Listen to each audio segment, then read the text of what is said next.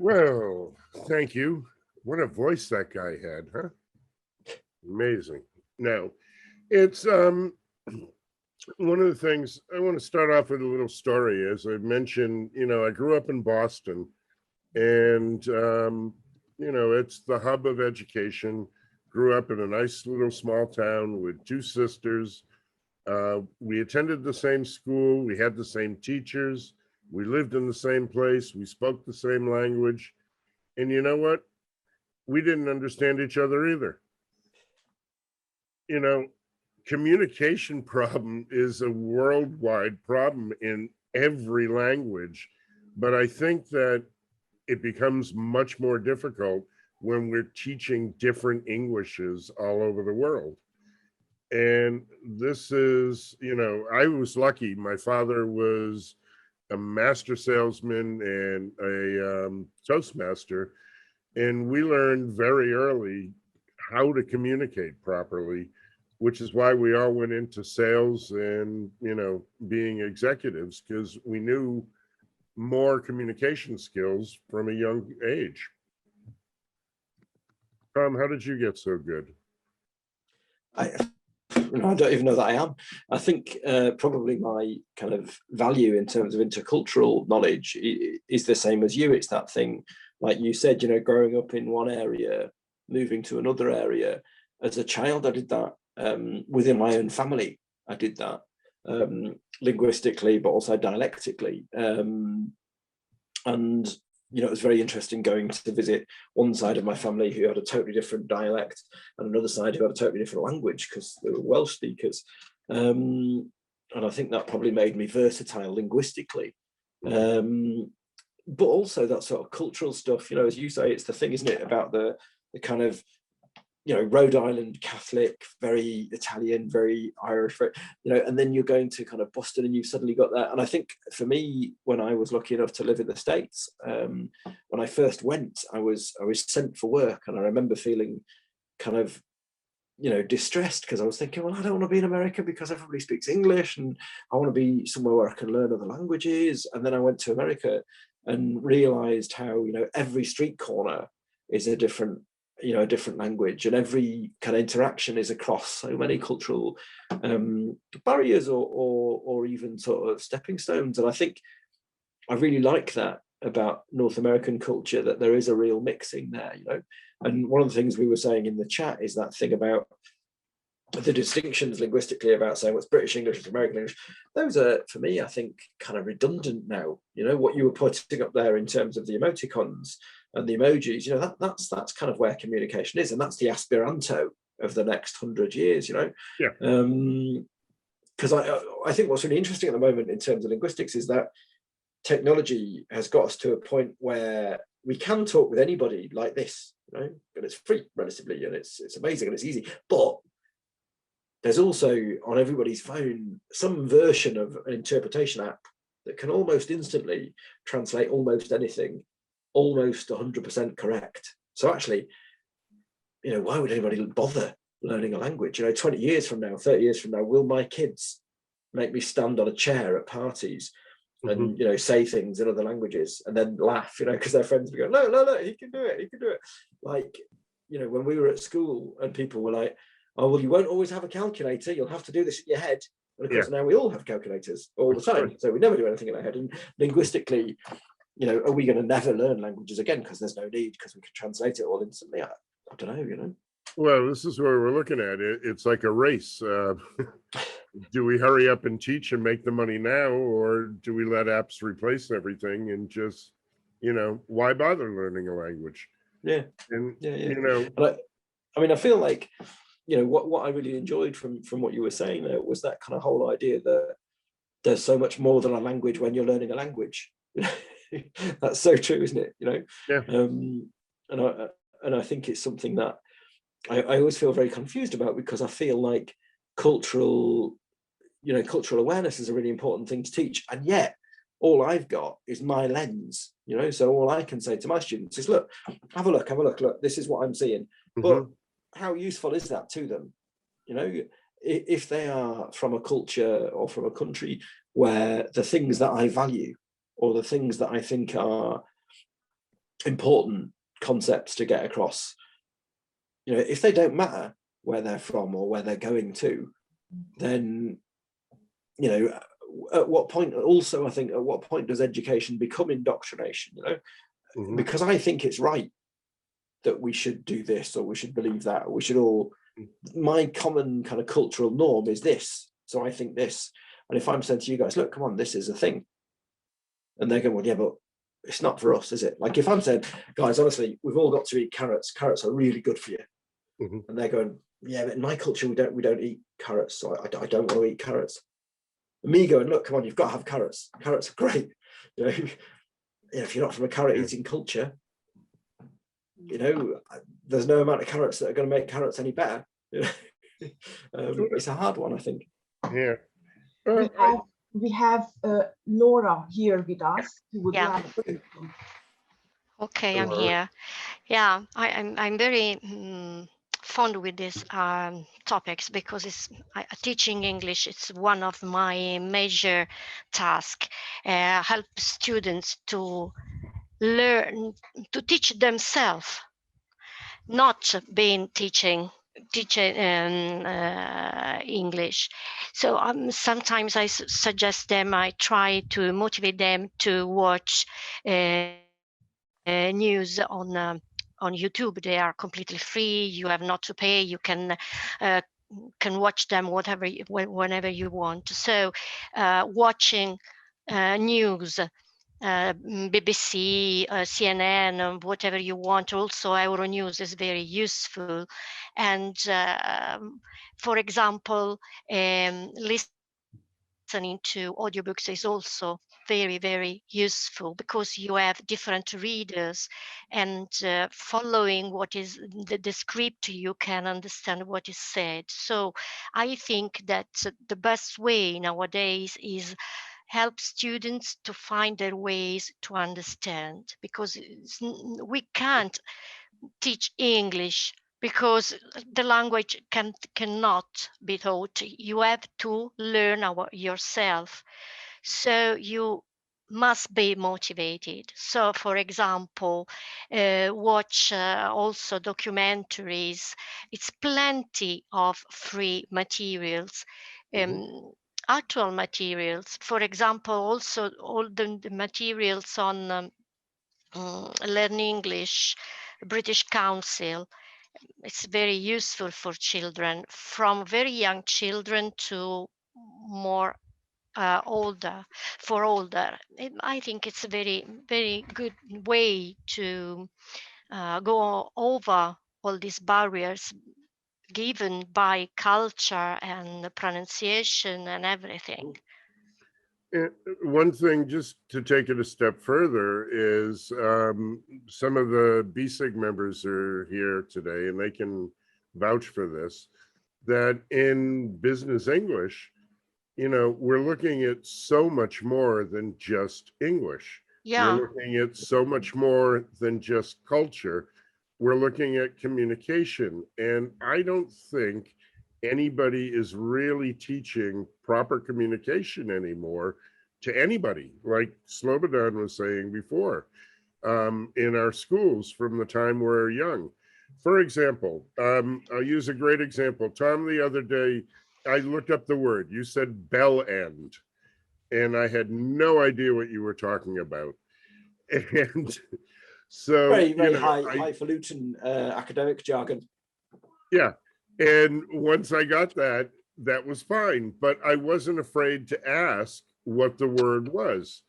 And think about it, in our L1s, we know how to communicate like this, and we're not afraid to ask.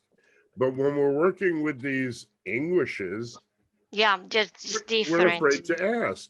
Yeah, but what I mean is that we are older. We had a different kind of education, more classic, grammar based, and this is completely wrong to reach a good communication, because you are focused on the grammar, on the correctness of what is right or wrong.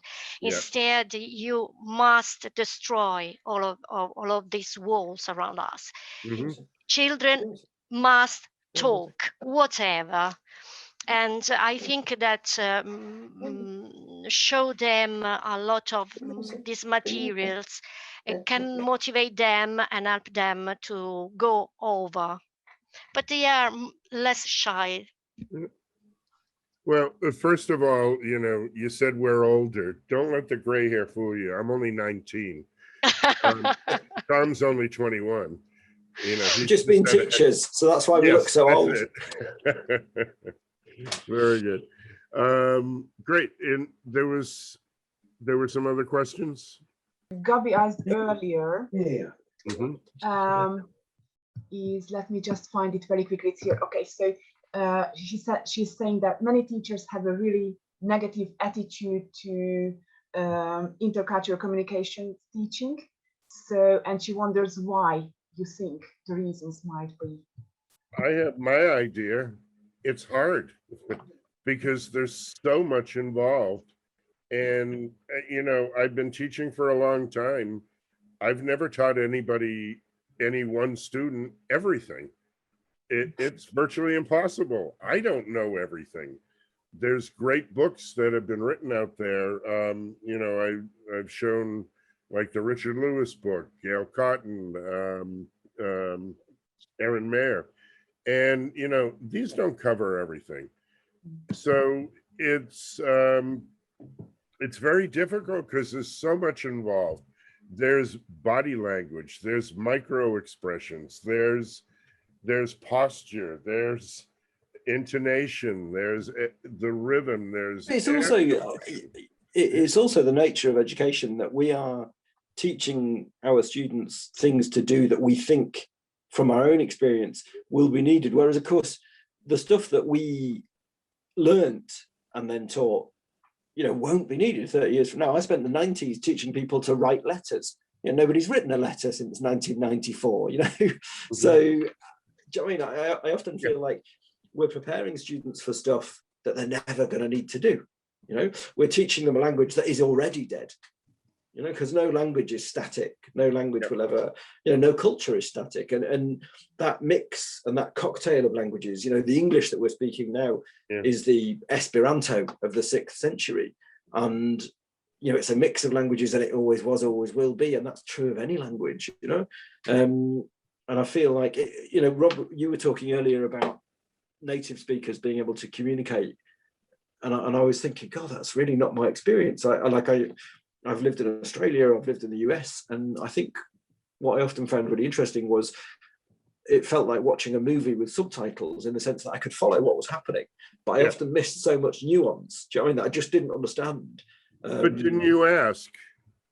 Did you ask? Yeah, that's true, definitely. Yeah. So you communicate. I often kind of, you know, like if I've lived in countries where I didn't speak the first language, then I made much more effort to speak, you know, to learn French, to learn whatever. Whereas in English-speaking countries, I always assumed that I did understand, and was then often shocked to discover that I didn't. You know, or you know, I'd have an interaction and think, "Oh yeah, great," and then think, "Oh, actually, what?" Well, this is at one point, my company was made up of a bunch of native-speaking white guys from all over the world, and we had 2 Americans from different areas. We had a guy from Birmingham and a guy from London. Had an Australian, a South African, and a New Zealander. We're all native speakers. We all speak well. And, you know, we would get together and drink and everything else. But every time there was a word we didn't understand, we weren't afraid to stop and ask. But now, you know, think about any language. If you speak Russian, you know, a Russian will ask another Russian, what do you mean? But when we're using this quote world Englishes, and we're in business meetings, a lot of times we don't ask. And that's where the problem and breakdown in communication, I feel, is coming from. That's a really good point. Yeah. It's interesting because I often find companies will ask me to come in, and so we've got a couple of people who are second language English speakers and they need some help with their English. And you go in and you talk to those people and you realize that their English is significantly better than most of their native speaker colleagues, but their native speaker colleagues are not able to graduate their language or understand a version of their own English beyond the sort of 20 miles of where they live, you know. So you might get a kind of incredibly erudite, incredibly educated, incredibly clever, you know, second language English speaker come into this scenario, and they're saying, oh, that person is the problem because they're foreign. And the other 30 members of staff who are all British from that local area, and you're going, actually, no, this is you lot. You know, this person can talk to anybody in the world, but you lot can really only talk to sort of second cousins and people from around 20 kilometers from where you live, you know, and that's often a very different conversation. Yeah, it's actually funny. I was teaching a director at KPMG years ago, and she was having a lot of problems with the conference calls because they had a team of 16 people from around the world.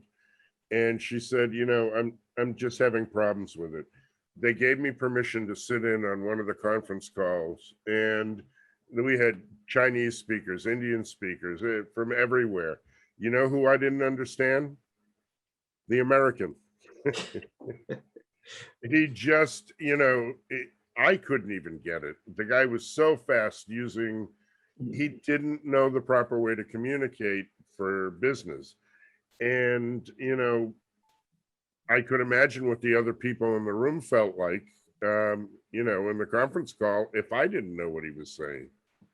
So it's like we have it always makes me laugh when I go to another country or I speak to somebody from another country, and they'll often say to me, oh, I'm sorry, my English, you know, I've got a terrible accent. And I was thinking, I've got a terrible accent, you know, because you know, for British people, you know, I've got a very strong regional accent that's quite hard to understand.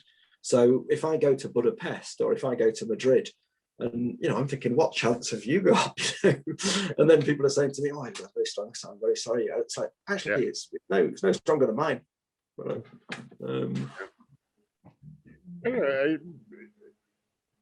unfortunately, I didn't solve it in this masterclass, and you know, I don't think any of these are going to solve it in the near future. But you know, we need to start making, I feel, some move to better teaching communication, or coming up with a basic language that everybody knows. Okay, this is where we start.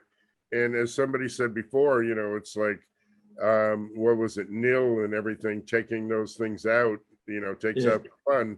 This will always be around, but we need to teach people you don't use it in the class. And, you know, in business or in normal communication, it's like, you know, teaching this stuff is my bread and smell it's.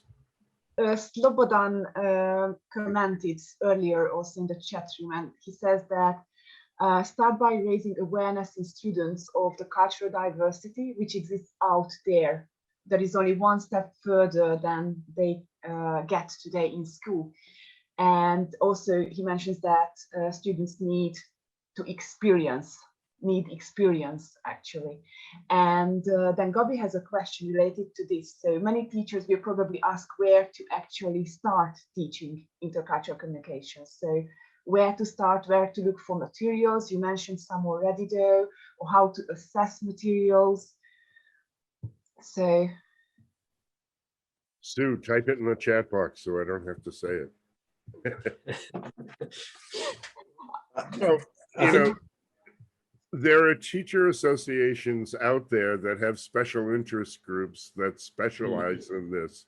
You know, I hold it near and dear because, if, for example, the IATEFL BESIG, this is something that we deal with a lot, and we have discussions about it. We have tons of webinars. There's a lot of materials. I think you'll find more and more in the future. Now that we're online, I think if you do searches for some of the stuff, you're going to find more material, because up till now, I don't know, Thom, would you agree with me? I don't think any of the publishers of English text course books have really done a great job of tackling this up to now. Do you agree? No, I totally agree with that. I think that's a really good point. And I think, you know, that's the kind of democracy of the web, isn't it? Is there's so much available online, and, you know, moderating the quality of that deciding what works for you is really interesting, because of course, you know, there's some stuff that I find really useful that I learn a lot from, like things like this, for example, coming along now and listening to Rob, but also looking at the chat and seeing what people are saying, and seeing the points that my colleagues are making from around the world. You know, that for me is always a really interesting learning experience. And that's, you know, the things like the BESIG, where you do get a kind of, it's a think tank, isn't it? And that's exactly what we're doing here. We've got all these people that have come in and put their ideas together, you know. I always feel like I can't come to you and tell you what works in your context. You know, I can't say to you, this is what you guys should do, this is where you should go, because I don't know. You know, you know your situation better than I ever will. You know, if you're teaching in you know, Barcelona, if you're teaching in Brazil, if you're teaching in Bogota, you know, I guess the things that work for me may not work for you. You know, and it's again, it's that thing, isn't it, about carrots. Do you know what I mean? I quite like carrots, so I'll look for carroty type of things. But you may not like carrots, and the stuff that works for you may be entirely un-carrot. Yeah, that's maybe an allegory that doesn't work. That's not a British thing. That's just me. Yeah. So many variables involved. You know, there's what do we teach, to who do we teach, and you know, what's the source? Yeah. You know, I just think, you know, again, it's difficult to communicate if we keep allowing English to just grow wildly on every street corner without saying, okay, but you know, we have to do this. Imagine if I use my own style of numbers. You know, I do math with Roman numerals still, and you're using normal numbers. There's this idea of standardization. I think we've had to do this throughout history. You know, for example, the ISO, which is the International Standards Organization, I looked it up today. There's over almost 22,000 standardizations worldwide that have had to come about over the years so we can do things. The fact that we're here communicating, do you know why? Because years ago, we made standard computer language. If we hadn't done that, we wouldn't be talking. Your cell phone. Some of you might be old enough to remember that cell phones, before smartphones, actually did not work internationally. You could not put any chip into any phone. Now, international standard. I can use this phone anywhere in the world. I remember that, getting off planes with my phone, you know, in the early 2000s, and you're kind of looking at it and going, right, I've now just got a very expensive watch, you know, because it's totally useless. Exactly. And before that, it was, I was in telecommunications. It's DTMF. Yeah.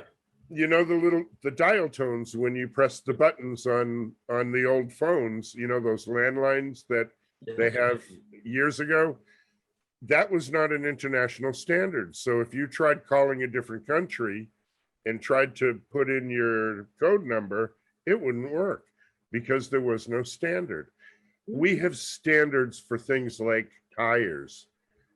Tires are the same size throughout the world.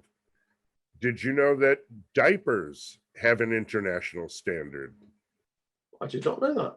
Yes, but we don't have an international communication standard for a language that they expect will be used in 87% of business in the near future. There's a lovely thing I read by Luke Meddings, who talked about the fact that, you know, 50 years from now, you'll have everybody speaking English, or, you know, I think it was the idea was half the world speaking English, or all the world speaking half in English, you know, and that idea that that language will kind of permeate and run across it, you know, really made me think, because there was a really good science fiction series years ago called Firefly that was a bit like sort of Star Wars and cowboys. It was much better than that sounds, but they often in the television program had chunks of dialogue that were in Chinese with no translation, you know, or just expressions, just to kind of indicate the fact that linguistically we were bound to change. And you think, God, that's so true, isn't it? And so talking about all these things, you know, like standardization, and we are not there yet. But so Gabi has another question. So is intercultural competence or communication something that can really be taught in the EFL classroom? Can teachers do that? and where to start? I say we'll never know the answer until we start. And it may not work, but we need to start and try and get there. And what if somebody decides that, okay, so I'm a teacher, I really want to help my students. So what do you think the key areas are to focus on if I want to improve my skills as a teacher to teach IC? Reflective questions, always asking, Thom, do you understand what I mean? Thom, Yeah. is this what you were saying that meant? Yeah, you know, communicating like this, always making sure that we are on the same page and that we are communicating. And I think one of the biggest words that we need, two big words, patience and tolerance. Because I think with that, we'll take the time to try and better communicate. I also think for me, the key to kind of successful teaching is successful learning and never feeling like there's nothing more for you to learn. You know, I always think every day is a school day. And if I go into a class and I learn nothing from my students, I've probably taught them nothing either. So I always think that's really key, to always be ready to listen and ready to learn. Very nice. And Rob, we still have just your reflective questions. Can we have a look at them as well? Yeah. So let me just put them quickly in the chat room. Right. So here is the first one. Okay, so what are some of the major hurdles? Just the amount of different information that's there. Again, body language, culture, different languages, getting into, you know, how willing the person is to make a communication connection, or if they're just, you know. I remember when I moved to Brazil, I was very pleased because most of the people that I met there were very eager to try and help me and were very patient with the stupid mistakes I made.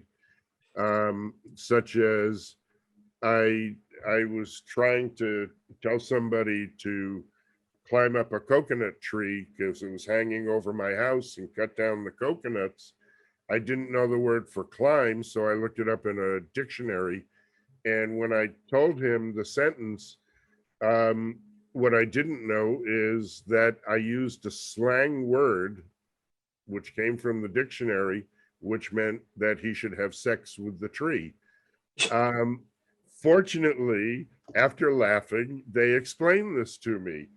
But, you know, you would think a dictionary would have the right word, but it's an archaic word for them. So I think that's a really good point as well, though, Rob, because it's the idea that as a language teacher, I think it's really important to learn languages. And I'm always really surprised by the amount of our colleagues who people are sort of saying, this is a wonderful native speaker. And you think, well, that's lovely, but they've never learned any languages, like any. They only speak the one language. And you think, well, like I don't want to be rude, but that's not really a qualification to teach languages, is it? You know, and I think, you know, I think that thing, and I've said this before, that, you know, fishes are really good at swimming, but that's no indication that they're any good at teaching swimming. So how many of you learned to swim from a fish? The next time somebody said to you, yeah, but you can't teach English because you're not, you know, British, or you're not American, you're not a native speaker. And I think it's important to say, like you said, for mathematics, that's an international language, and nobody ever says, was your maths teacher born in algebra?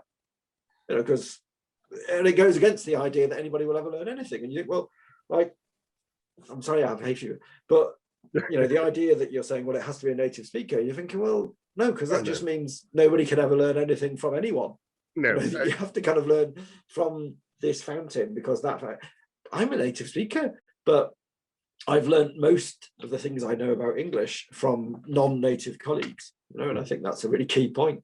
And I've learned a number of languages, very badly, but I've learned a lot of languages to try and find out what that's like and to try and experience that. And without that, I don't think I'd be a very good language teacher. I don't think I'm a very good language teacher now, but I'd be much worse if I'd never tried to learn a language. Mm-hmm. Agreed. Now you made me feel guilty because I haven't started learning Polish. Gosh, no. No, but but you speak Brazilian, and you've actually tried to learn Polish, and your version of not speaking Polish is significantly more fluent in Polish than I will ever be. Mm-hmm. So we're linguists. Hedvig, I'm sure it's the same with you, isn't it? That when people say to you, "Oh, do you speak this language?" you go, "Oh, no, not really." But of course, actually, Rob's saying, "Well, I don't know Polish," but actually, I'm sure he knows significantly more Polish than I ever will. And can communicate perfectly well in Polish. So, look, I mean, compared to me, you are. No, exactly.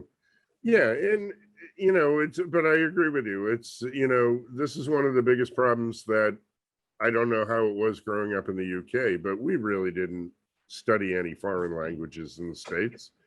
I mean, I did 4 years of Latin, 4 years of ancient Greek, 4 years of Hebrew, 4 years of French, everything else, and I can't use any of them anymore. I mean, so I agree, but I also it still comes back to me that if I go to Russia, if I go to another country that speaks a foreign language, and am I allowed to speak Russian incorrectly, badly, make constant mistakes, or change the language to the way it suits me?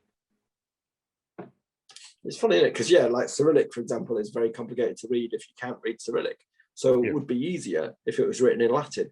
But we could all speak Esperanto, and then we would all be able to communicate effortlessly.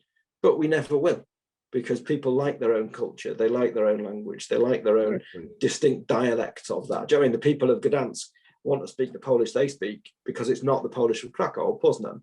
And you sort of feel that's kind of always true, isn't it? Like I have an accent, but I quite like my accent. And do you know what I mean? So there's a lot of identity within the cultural awareness thing, isn't there? But there's also a real temptation to generalize with cultural things and say, well, of course, Russian people are like this or that. And actually, none of that's ever true, is it? They're good markers and they're good indicators, but anywhere you go, you will essentially meet people. And I think for me, the big secret is that anywhere you go, you will meet people, and most of them are nice.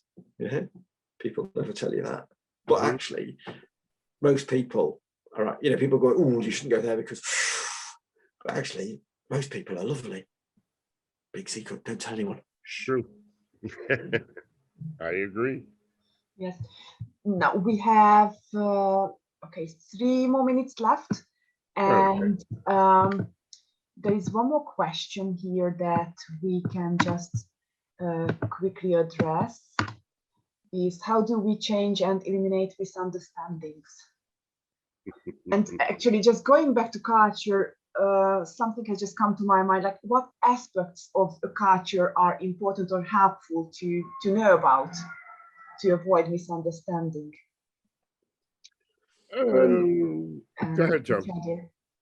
Go. I mean, Bartolo's making a really good point there about sexual orientation being a question or being a kind of part of cultural awareness that was not a part of a general consideration 10, 20 years ago, and is now a really burning important question, because that's what happens when cultures change, isn't it? You feel like that's the noise of the world changing, and those things didn't matter or weren't discussed 20 years ago because it was dangerous to do so, whereas now that's all right to talk about and that's all right to be proud of. But that's extremely interesting, and think about what the pandemic did. Immediately the world knew the words COVID, coronavirus, pandemic, vaccine, and you think of all this. that grew out of language just out of one single crisis quickly. And you look at this now with the non-binary, you know, this is a worldwide movement, but everybody is saying non-binary. So we're already starting to create almost a new standardized language, a few words at a time. And that's the point now, isn't it? People are talking very much about the new normal after the pandemic. And I think that's culturally always true, isn't it? That the 30 years ago, to deviate from a kind of normal understanding of what people were and how people lived was hugely important and hugely dangerous. And of course it isn't now, thankfully, in most places.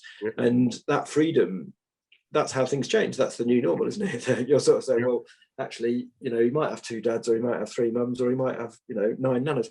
And that's all right, doesn't matter. You know, everybody's family is mental and everybody's family is weird. I think it's great. You know, more we all to inherit. It's Yeah. more to inherit when they die. So how do you eliminate misunderstandings? We never will, but we can cut down on this, I think, by asking. Like I said, Thom, is that what you meant? Yeah, it's true, isn't it? You know, that's a really good point. And I always find, like, if I'm reading a book in French and I find a word I don't know, I think, oh, I'm an idiot, my French is useless. And if I'm reading a book in English and I find a word I don't know, I think, oh, interesting, new word. Oh. Yeah.